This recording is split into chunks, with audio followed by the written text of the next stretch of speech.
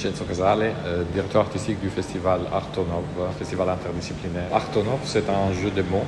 En fait, on a vraiment joué avec les mots et il y a O au milieu et Nov pour la nouveauté et art artistique en tant qu'art total. On a vraiment commencé au début avec l'art nouveau comme architecture principale parce que Bruxelles, en tant que capitale vraiment européenne de l'art nouveau, a vraiment beaucoup d'exemples. On a continué avec l'art déco aussi.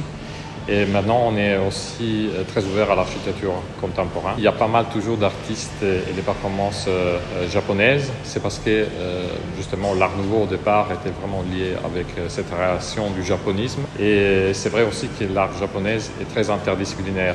Donc on a pas mal d'influences aussi dans nos thèmes de chaque année de la philosophie et de l'art japonaise. Les liens qu'on veut créer dans le festival entre l'architecture et la performance, c'est vraiment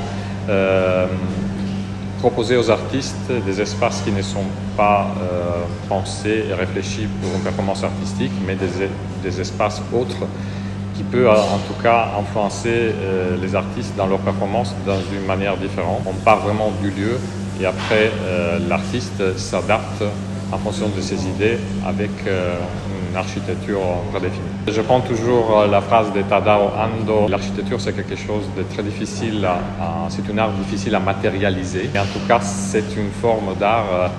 Tout architecte est aussi un artiste. Il y a différentes opinions et aussi j'entends chez les architectes qui veulent être plus utilitaires dans leur manière de travailler et d'autres qui sont vraiment beaucoup plus artistiques. Mais il y a toujours une réflexion et une manière aussi de rêver autrement l'espace. L'homme est très stressé dans quelque chose d'infini, dans un espace qui n'a pas de limites. Et c'est vrai que l'architecte nous aide à structurer un espace et avec cet espace à rêver aux choses. Les concepts d'art total, pour moi, il y a aussi tout ce que ce qu'on appelle les arts mineurs, donc aussi le côté artisanal.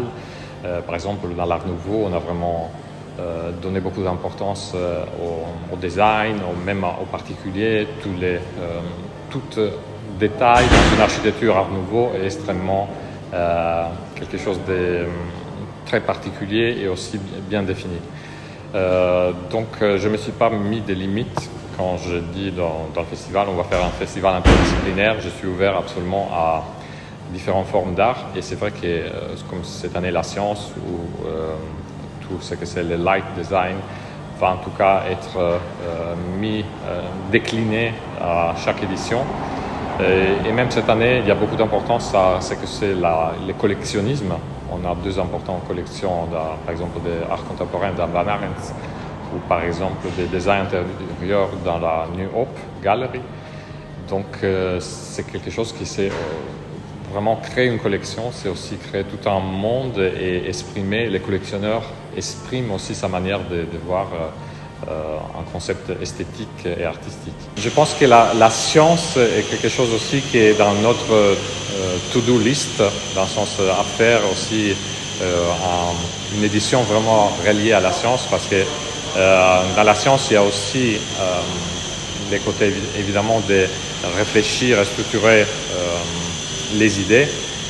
Et c'est vrai que tout architecte et aussi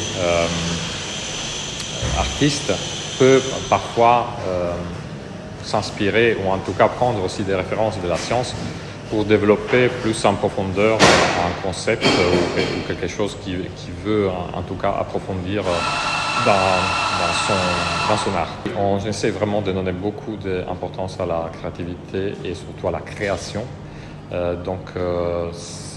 Parfois, c'est vrai qu'aux premières éditions, on a adapté des performances déjà existantes et cette année, on a vraiment des commandes aussi et on a des premières mondiales, par exemple, performances et le concert de l'ensemble Oxalis avec Étienne Klein ou par exemple avec Isabella Soupard à la brasserie surréaliste.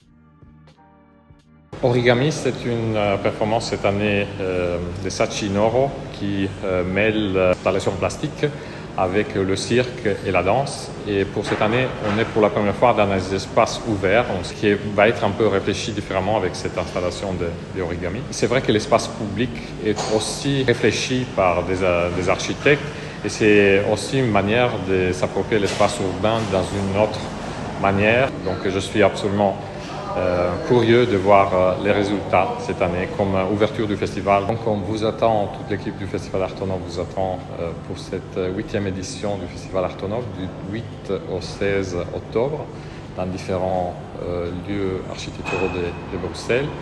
14 performances cette année reliées au thème Freeing Architecture, donc la liberté dans l'architecture.